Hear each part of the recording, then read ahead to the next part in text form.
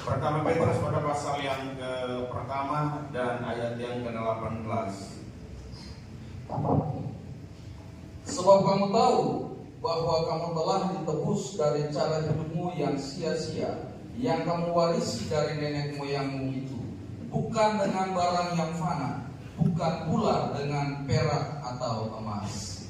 Baik, Bapak Ibu Saudara yang dikasih, kita lihat di depan bahwa pagi ini saya akan bicara iman dan pembaharuan karakter. Apa hubungan iman dan karakter? Saudara, kalau kita bicara iman sepintas, maka kita cuma tertuju pada Ibrani pasal yang ke-11. Dan kemudian pada akhirnya kita cuma berpikir bahwa iman itu cuma bicara tentang sesuatu yang kita harapkan yang akan terjadi, yang tidak lihat akan terjadi. Tapi secara menyeluruh iman bicara bahwa percaya kepada Yesus Kristus. Dan jika kita percaya kepada Kristus, maka keilahian Kristus akan tertransfer di dalam kehidupan kita. Artinya bahwa kehidupan Kristus akan masuk di dalam kehidupan saya dan saudara, dan kita akan menjadi manusia ilahi di dunia. Jadi ini yang saya akan bicarakan bagi kita semua pada pagi hari ini, dan ayat-ayat pembacaan yang baru saja kita lihat bahwa sangat cukup tegas dalam pembacaannya, atau ayat-ayat itu, kata-kata itu cukup jelas bagaimana Paulus dan Petrus berusaha untuk menekankan hal-hal itu, cara kehidupan kita kepada Kristus. Jadi saudara, untuk memasuk surga bukan pengetahuan kita yang menentukan kita masuk surga. Pengetahuan itu sangat penting. Dengan pengetahuan kita bisa mengatur, mengelola, memanage kehidupan kita. Tapi dengarkan baik, pengetahuan tidak akan menjamin kita masuk surga. Tapi iman kita lah yang menentukan siapa diri kita di hadapan Tuhan. Dan dengarkan baik, ini yang menentukan adalah karakter kita, kehidupan kita tiap hari yang menentukan. Orang bisa baik di gereja, orang bisa baik dalam ibadah, tapi belum tentu di luar sana dia bisa baik. Orang bisa haleluya di gereja, tapi belum tentu masih di luar sana masih tetap berkata haleluya. Orang bisa rohani di gereja, tapi belum tentu orang di luar sana masih bisa tetap rohani. Artinya tetap menjaga eksistensi kehidupannya di dalam Tuhan. Karena untuk menentukan masuk surga adalah kehidupan hari-hari kita. Bukan sesaat kita di gereja, bukan sesaat kita duduk di bangku gereja, tetapi kehidupan kita tiap hari lah yang menentukan siapa kita dan kemana kita sementara menuju. Ini penting saudara. Dan itulah sebabnya maka mari kita belajar bersama-sama apa yang Paulus inginkan bagi setiap orang percaya, apa yang Yesus, Alkitab menyebut bahwa di dalam Kristus kita adalah manusia baru. Manusia lama telah mati dan karena anugerah Kristus mendapatkan hidup kekal di dalam Dia.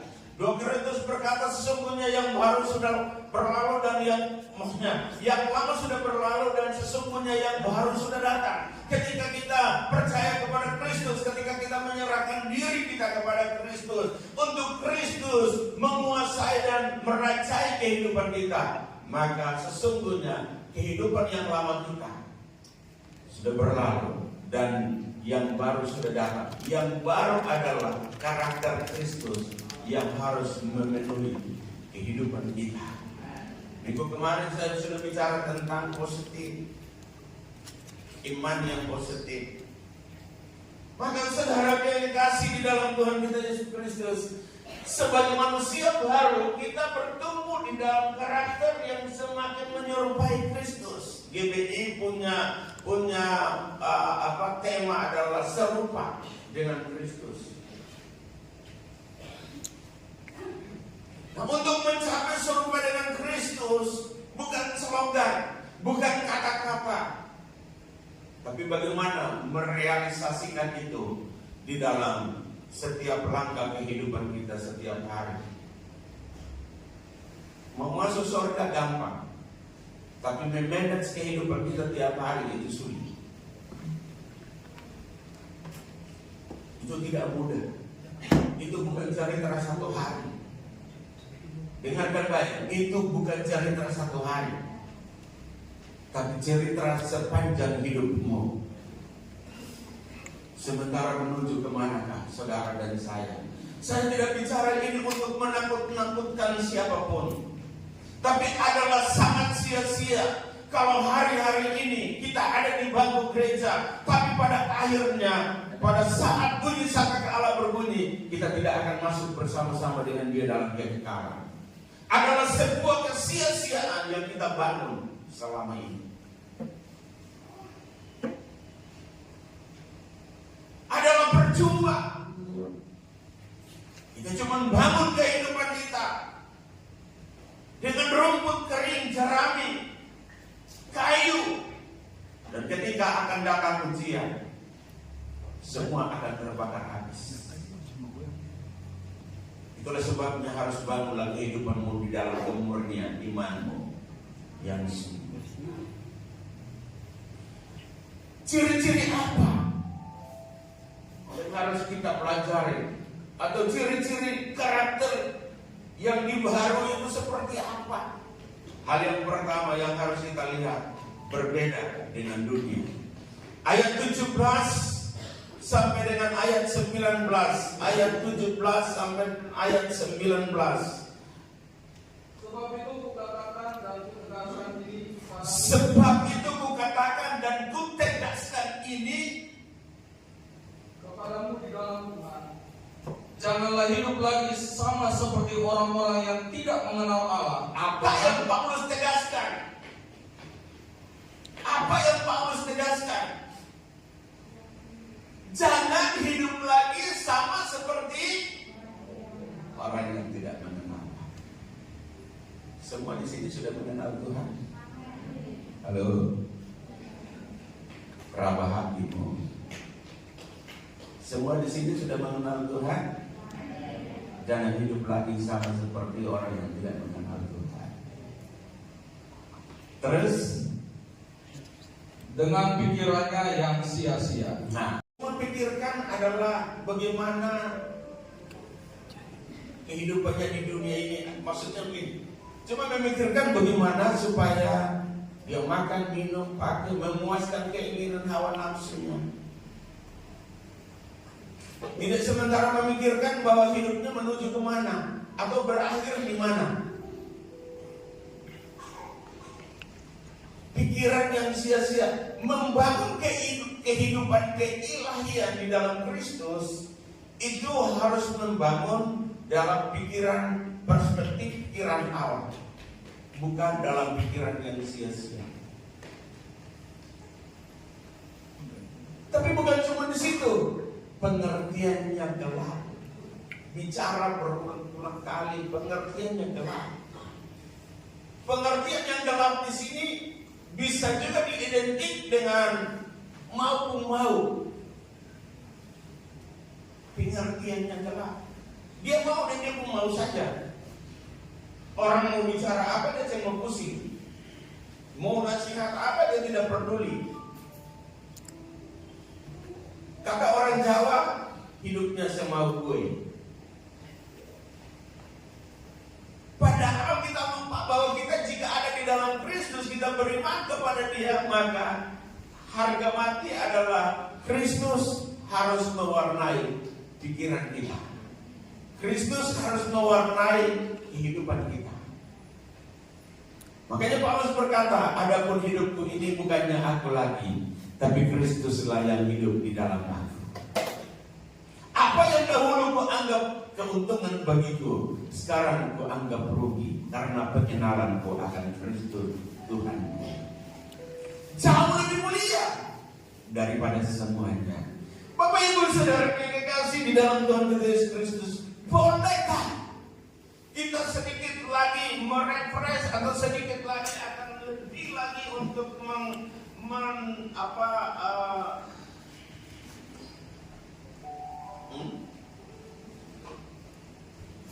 menertibkan lebih sedikit lagi menertibkan pikiran kita, supaya pikiran kita jangan lari ke sana kemari, pikir yang sia-sia, dengan pikiran kita yang gelap atau pengertian yang gelap. Kalau orang yang rajin baca Alkitab, pasti terang Kristus akan menerangi hidupnya, sehingga pikirannya dan pengertiannya tidak akan gelap. Tapi kalau tidak, saudara, makanya penting ada konsep, penting ada kesempatan dengan orang ini. Lalu kemudian kita bicara dari 1:30 sampai jam 5 pagi. Saya bicara Alkitab dulu. Dia juga tidak mau kalah bicara Alkitab. Hebat, saudara. Tapi berpikir orang ini bagaimana? Wah. Tapi saya bilang begini, kamu Bapak sekarang jam 7, jangan kau coba-coba bicara dengan saya. Nanti nona moyang akan hantam kau sini. Oh, baru saya tiba-tiba sadar bahwa ada dua kekuatan cuma ada di dunia ini. Pertama adalah kekuatan Allah, dan kedua adalah kekuatan di bumi. Istilahnya begini, kalau tidak bisa dengan ayat, maka harus dengan adat. Dan pada akhirnya orang itu tunduk. Orang itu tunduk, dia harus mengikuti. Dia lebih tua dari saya, dan dia harus mengikuti arahan saya. 6:30 pagi, bayangin itu sudah jam 5. 6:30 pagi dia harus duduk di muka pintu gembala gereja. Dia bilang, tunggu sampai pendeta itu dia buka pintu, kamu jangan ketuk pintu. Tunggu sampai pendeta itu dia buka pintu, atau siapapun yang buka pintu, baru kemudian kau bilang, saya perlu dengan Pak Pendeta. Setelah kamu ketemu, kamu cuma bilang begini, saya minta ampun, minta maaf dari semuanya, dan saya berterima kasih bahwa saya sudah bertumbuh di sini. Kalau kamu mau tetap di sini, tapi saya mau kamu harus kembali di sana supaya kamu bertumbuh di sana. Tapi kalau kamu tidak mau lagi di situ dan kamu mau pindah, kamu harus minta terima kasih dan pamit dulu. Jangan kurang ajar. Kau keluar dengan kepahitan, kau akan terus ada dalam kepahitan. Dan jangan kau pikir kau mau melompat dimanapun di gereja, di dalam ibadah dimanapun. Dengar, hidupmu tidak berkenan di hati Tuhan. Bereskan dulu. Saudara, jam 6:30 ibadah. Jam 7 dia datang. 6:30 dia pergi, dia minta maaf. Jam 7 dia datang, Bapak siap. Sudah selesaikan. Nah, saudara, hati keras. Ada orang yang sini yang hati keras, semuanya hati baik-baik.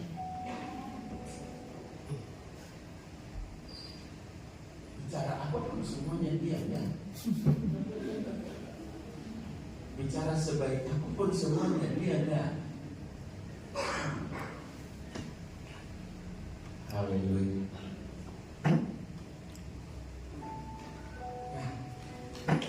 Jadi orang yang hidup tidak mengenal Kristus adalah pikirannya sia-sia, pengertiannya yang gelap, hatinya yang keras. Seperti itu tambah bodoh lagi. Tambah apa? Sehebat siapapun, sepintar apapun, sepangkat apapun, gelarnya apapun, tapi Alkitab bilang di luar Kristus dia adalah orang bodoh. Sebodoh-bodohnya siapapun, tidak punya gelar, pangkat, jabatan dan apapun, tapi dia kalau percaya dan sungguh-sungguh kepada Kristus, Alkitab berkata dia adalah orang bijaksana. Saya lagi duduk dengan orang-orang bijaksana. Amen. Tapi orang-orang bijaksana yang kadang banyak kali itu dia.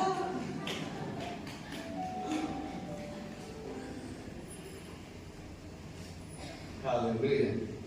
Kemudian saudara,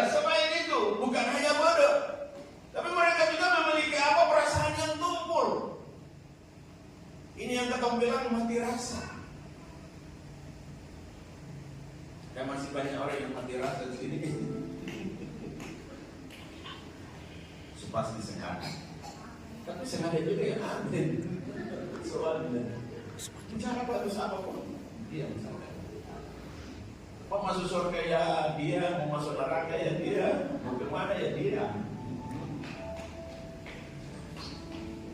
Perasaan mereka tumpul, menyerah kepada nafsu yang melakukan kecemaran dalam hidup mereka.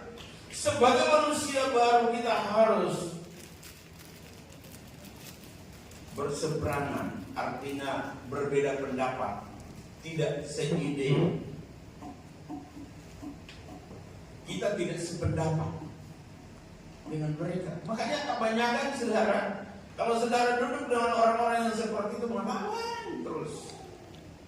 Jadi kalau di kumpulan anak Tuhan atau orang percaya yang bilang super tobat, kalau terus melawan, ini mungkin karena kebodohan, pengertiannya gelap, hatinya dan bodoh, dan sudah terus begitu. Jadi saudara, apapun yang baik yang kita bicara selalu berseberangan, selalu berseberangan. Karena memang terang dan gelap tidak bisa bersatu. Kesamaan apakah di antara gelap dan terang? Makanya Korintus juga bicara, janganlah kamu menjadi pasangan yang tidak seimbang. Maksudnya ini sudah bicara anak-anak muda. Jangan cuma cinta pun kerja bodoh-bodoh. Lah itu baru bicara, aku mengasihi dia dengan kasih. Pakai ayat lagi. Pakai ayat lagi. Dialah yang Tuhan berikan kepadaku. Memastikan diri. Tapi datang bar, ujung-ujungnya baru orang tua bilang, anak ini dia punya kelakuan dari dulu. Iya memang dari dulu, kalau tahu kan sembunyi, jadi dia sembunyi semuanya. Dia jangan menyesal di ujung. Harus menentukan pasangan yang seimbang. Karena kesamaan apa antara gelap dan terang? Puji Tuhan, bersyukurlah yang semua yang sudah berkeluarga. Cocok dan sencocok, bilang saja Tuhan kasih cocok saja semua saudara. Jangan menyesali. Tapi yang belum harus baik-baik betul. Menentukan yang betul, jadi yang betul, supaya jangan menyesal di kemudian hari. Kenapa? Karena posisi kita sudah berbeda. Posisi kita sudah berbeda. Bahkan Ibrani Petrus tadi katakan, ketika kita masih, coba ayat itu, pertama Petrus tadi pasal 1 ayat yang ke-18.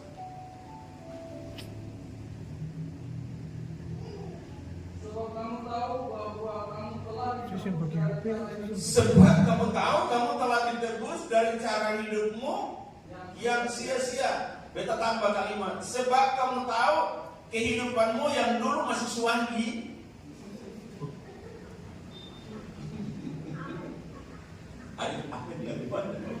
Itu betul, itu betul. Sebab kamu tahu apa? Sebab kamu tahu aku telah menebus kamu dari cara hidupmu yang dulu masih suwangi, yang masih percaya kakek nenek moyang, yang masih percaya yang sia-sia. Aku telah menebus kamu. Saya mau bicara sedikit tentang ada satu kata di situ, berhutang ini.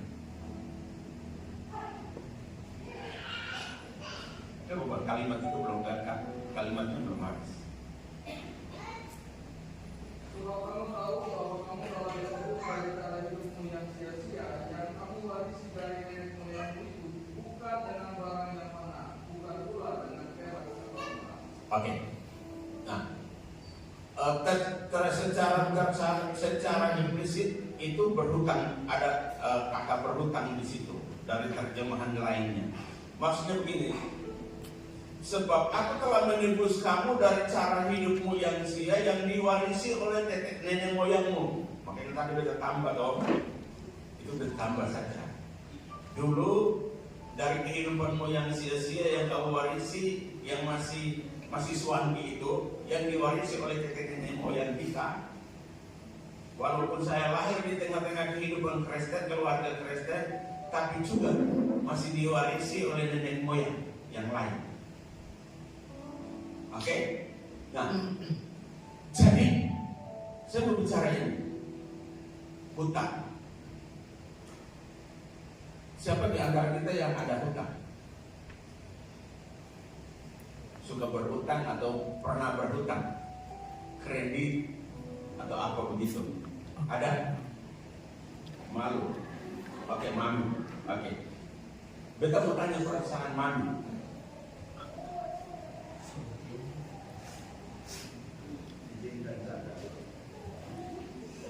Beta mau tanya, sudah mau tanya perasaan mami. Mami ketika ada di dalam situasi berhutang atau pinjaman, perasaannya gimana? Tidak tenang dan senantiasa ada berpikir tentang habisku. Oke. Ya.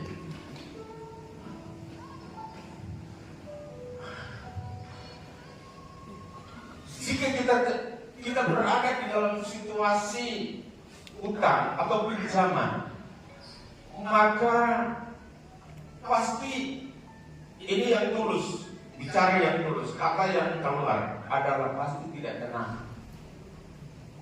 Ketidaktenangan pasti akan mengejar kita terus. Kenapa? Karena kita tidak bisa bebas berjalan dengan pikiran, dan lebih lagi takut kalau ketemu orang yang kita pinjam atau yang kita lagi utang. Betul? Rasa bebas atau karena Kristus atau Tuhan itu tidak kelihatan secara fisik dan nyata, jadi akhirnya kita tak bisa apa-apa.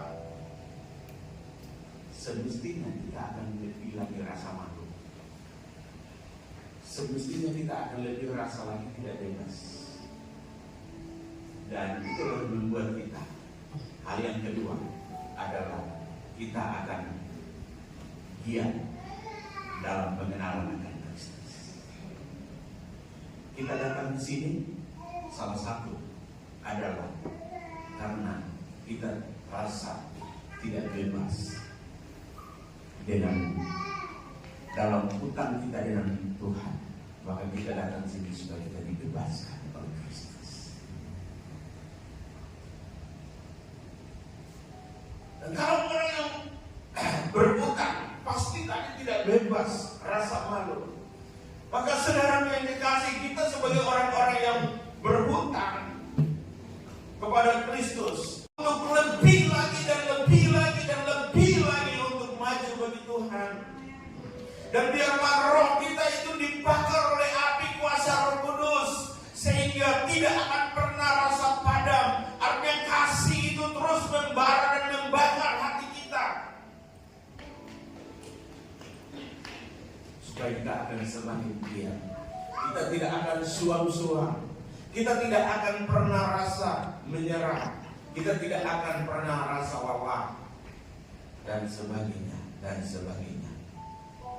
Tapi hati kita terus. Ayat 20 dan ayat 21. Tetapi kamu bukan demikian. Kamu telah belajar mengenal Kristus. Tetapi kamu bukan demikian. Ini peralihan, saudara. Tadi Paulus lagi bicara manusia lama. Ketika kamu masih hidup, mewarisi kehidupanmu yang sia-sia yang dibangun oleh nenek moyangmu itu bicara tentang hati gelap, bodoh, pikiran yang sia-sia dan segala macam. Tapi tiba pada ayat di 20, Paulus lagi. Nah, mari kita tinggalkan yang lama ini dan mari kita masuk dalam sebuah kehidupan yang baru di dalam Kristus. Masih tetap bicara karakter. Nah, itulah sebabnya ayat 20 dia katakan, tetapi kamu bukan demikian. Seperti orang-orang yang masih hidup di dalam pengenalan, yang tidak mengenal Tuhan, yang hidupnya, hatinya, pikirannya dan segala macam. Dan terus, kamu telah belajar mengenal Kristus. Kamu telah belajar mengenal Kristus. Amin. Belajarnya kita mengenal Kristus bervariasi di dalam ruangan ini. Saya tidak tahu berapa lama, saudara. Masing-masing saudara sendiri yang tahu. Saya sekitar tahun 80-an. 87, 67. Saya mulai di situ. Saya mulai belajar mengenal Tuhan, belajar mengenal Kristus dengan bertobat. Bapak Ibu kapan? Tapi dengar, bukan persoalan lama dan barunya. Ada orang yang sudah ikut Tuhan lama, tapi terus masih kekanak-kanakan dalam mengikut Tuhan. Banyak orang sudah lama ikut Tuhan, tapi juga masih duniawi dalam mengikut Tuhan. Nah, artinya apa? Kerohaniannya tidak bertumbuh. Dia masih terus mewarisi kehidupannya yang lama. Akhirnya, sehingga masih mewarisi kehidupan yang lama. Paulus bilang kalau itu tidak boleh lagi. Kamu tidaklah demikian. Karena kamu telah belajar mengenal Kristus. Ayat 21. Karena kamu telah mendengar tentang Dia dan menerima pengajaran di dalam Dia menurut kebenaran yang nyata dalam Yesus. Kamu telah belajar mengenal, menerima kebenaran yang nyata di dalam Yesus. Jadi alasan apa lagi buat kita, saudara? Untuk itu, marilah belajar untuk menolak hal-hal yang duniawi di dalam kehidupan kita, dan belajarlah untuk hidup di dalam kehidupan yang baru di dalam karakter Kristus, membangun manusia ilahi kita dan memperbesar sebagai keluarga, sehingga kita semakin membangun manusia ilahi kita. Dan saya percaya, saudara, kalau ini yang dibangun, karakter kita pun semakin akan menyerupai Kristus. Karakter kita akan semakin dibaharui oleh Kristus. Tapi jika tidak, saudara, maka yang tadi kita masih mewarisi kehidupan kita yang sia-sia, yang dibangun oleh nenek moyang kita. Cara yang dinyatakan di dalam ayat 21 adalah dengan menerima pengajaran di dalam Dia menurut kebenaran di dalam Kristus. Makin kita bertumbuh di dalam pengenalan akan firman Tuhan, kita juga akan makin mengenal Dia. Dengan demikian kita akan memiliki karakter yang makin serupa dengan Kristus. Kata orang, dan saya coba untuk melewati sawah, entah itu diseram, karena jarang kalau di Jawa, saya jalan di Jawa itu lewat pagi. Cuman mungkin ada sekali, 2 kali dari Surabaya ke Jakarta dengan kereta api, itu 1 kali atau 2 kali. Jadi sepintas, dan itu ada juga malam. Saya tidak terlalu perhatikan dengan baik, tapi biasanya kalau saya ke Serang Utara, saya lihat padi apa itu, sawah-sawah padi. Dan ada satu hal yang saya belajar di situ. Kata orang, padi semakin berisi, semakin tunduk, sampai pada akhirnya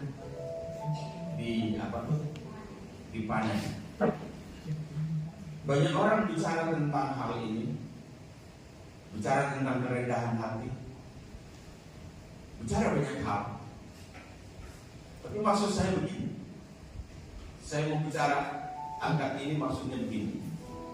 Kita semakin belajar mengenal Tuhan, merendahkan diri dalam hadirat Allah, membangun kapasitas rohani kita yang lebih baik, membangun kemanusiaan ilahi kita dengan membaca dan menyembah Tuhan.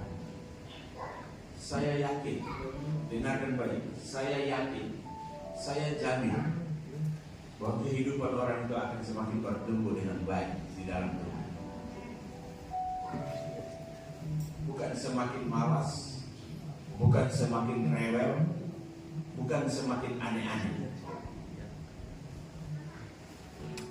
Saya pastikan itu.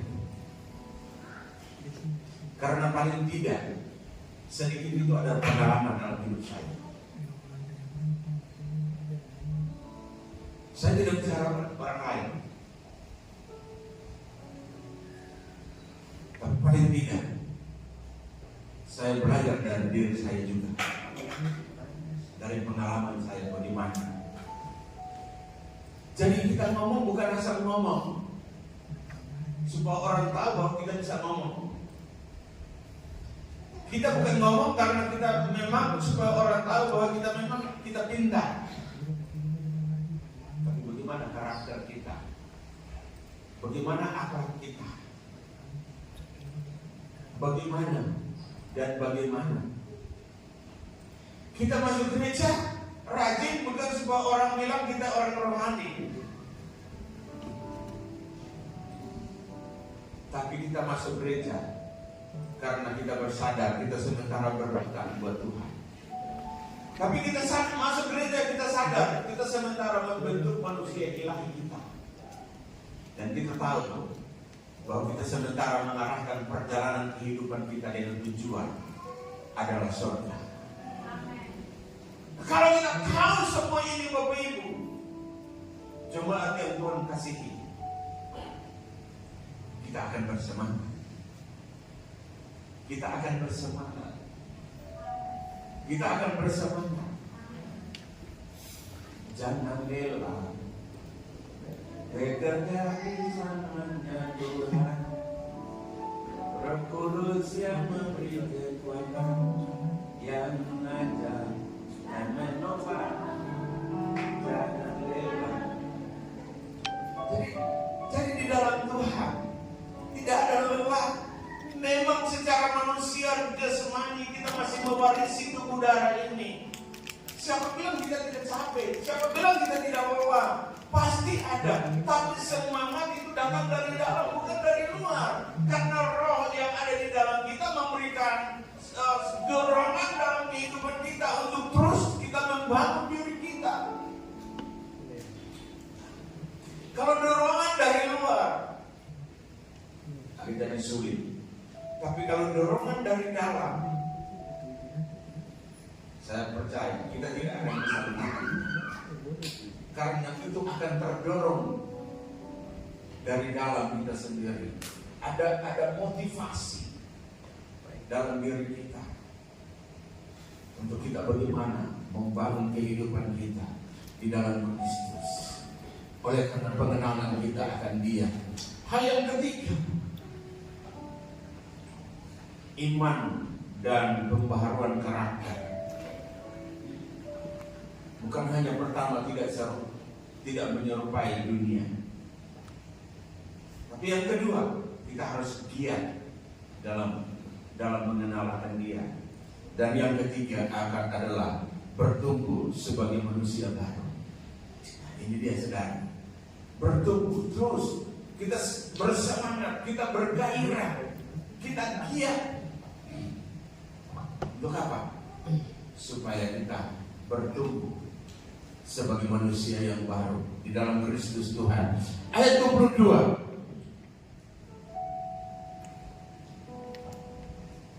Yaitu bahwa kamu Berhubungan dengan kehidupan kamu yang dahulu, harus menanggalkan manusia lama yang menemui kebinasaannya oleh nafsunya yang menyesatkan. Kehidupan yang lama yang dibangun oleh kehidupan yang sia-sia yang diwarisi oleh nenek moyang kita. Kita telah harus meninggalkan itu. Dan kita harus hidup di dalam manusia baru yang selalu dibaharui. Dibaharui dari mana? Dari pikiran dan dari roh. Kalau dari pikiran dan roh kita sudah dibaharui, dibangun di dalam Dia, saudara, kita akan senantiasa tidak akan mau kembali kepada manusia lama kita. Tapi kita akan terus mengejar kehidupan yang baru di dalam Kristus Yesus Tuhan. Orang mau bicara apa, tapi tidak seindah dan semanis kalau kita ada dalam hadirat Tuhan, menikmati baiknya Tuhan. Orang mau bilang apa, dan orang mau seperti apa, tapi tidak akan seindah kita ada di dalam Tuhan, dan hidup kita ditata, diatur di dalam Tuhan. Memang kalau di dalam kedagingan kita tidak akan bisa semudah itu. Tadi saya sudah bilang, mau masuk surga bukan urusan satu hari. Mau masuk surga gampang. Bisa saja Alkitab berkata dengan sekejap mata kita diubahkan. Tapi dengarkan, untuk mau masuk surga bukan urusan satu hari. Membutuhkan waktu yang panjang dalam hidup kita. Maka saudara yang dikasih di dalam Tuhan kita Yesus Kristus, mari baharuilah kehidupanmu. Bangunlah kehidupan yang baru. Yang lama harus ditinggalkan, harus dilepaskan. Karena hal-hal yang lama tidak membawa sebuah keuntungan dalam kehidupan kita. Kehidupan yang lama tidak akan membawa sebuah keuntungan di dalam kehidupan saya dan saudara. Malah akan membawa kita kepada kerugian yang besar, adalah kebinasaan yang kekal. Itulah sebabnya mari kita bangun kehidupan kita yang baru di dalam Dia, mengikuti proses yang Tuhan inginkan dalam kehidupan kita.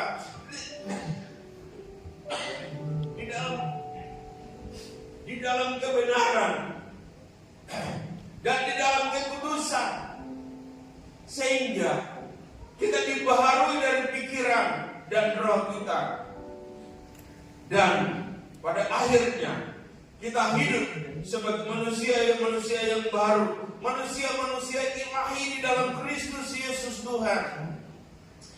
Kondisi kita akan terus diwarnai dengan membuat dusta dan mengeluarkan perkataan yang tidak benar dalam hidup kita. Ayat 25 ini, buanglah segala dusta. Jangan lagi ada dusta di dalam kita. Hal yang simpel. Kalau saudara memperhatikan dari ayat 17 sampai dengan seterusnya, maka saudara akan dapati Paulus tidak bicara hal-hal yang mengambang, tapi Paulus lagi bicara tentang hal-hal praktis dalam kehidupan kita. Ini yang menjadi dasar tadi saya katakan, mau masuk surga itu gampang, sekejap bisa. Tapi untuk proses mau masuk surga itu tidak mudah dan gampang. Maka saudara yang dikasih, mari kita tata, mari kita atur, mari kita memanage kehidupan kita tiap hari.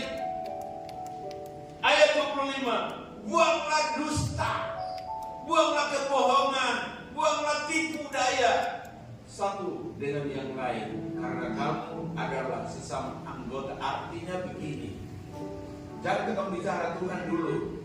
Tuhan itu tidak kelihatan. Banyak orang mendustai Tuhan.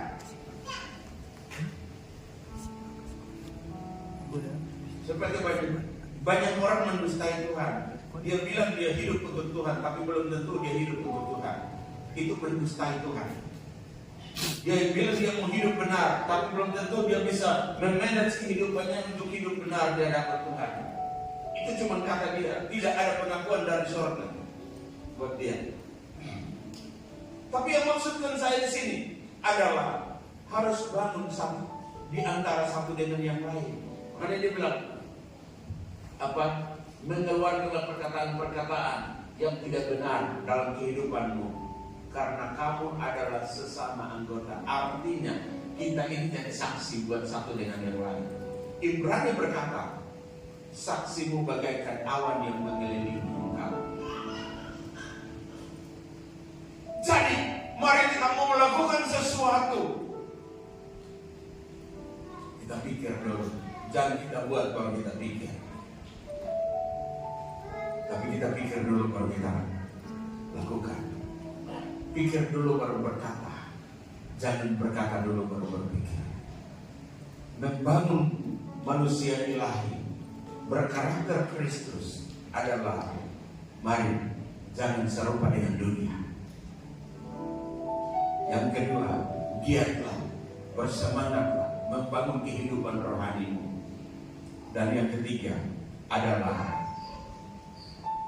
bagaimana hidup sebagai manusia baru di dalam Kristus Tuhan. Tuhan memberkati kita semua.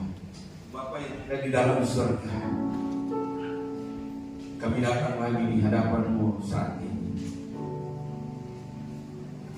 Terima kasih buat pengajaran, terima kasih buat nasihat, terima kasih buat teguran, terima kasih buat kata-kata yang membangun kehidupan ilahi kami Tuhan. Terima kasih banyak Tuhan. Roh Kudus,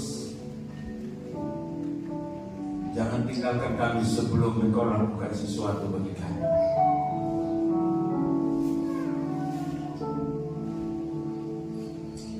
Teguhkanlah firman-Mu di dalam setiap kami dengan cara-Mu. Terima kasih banyak Tuhan.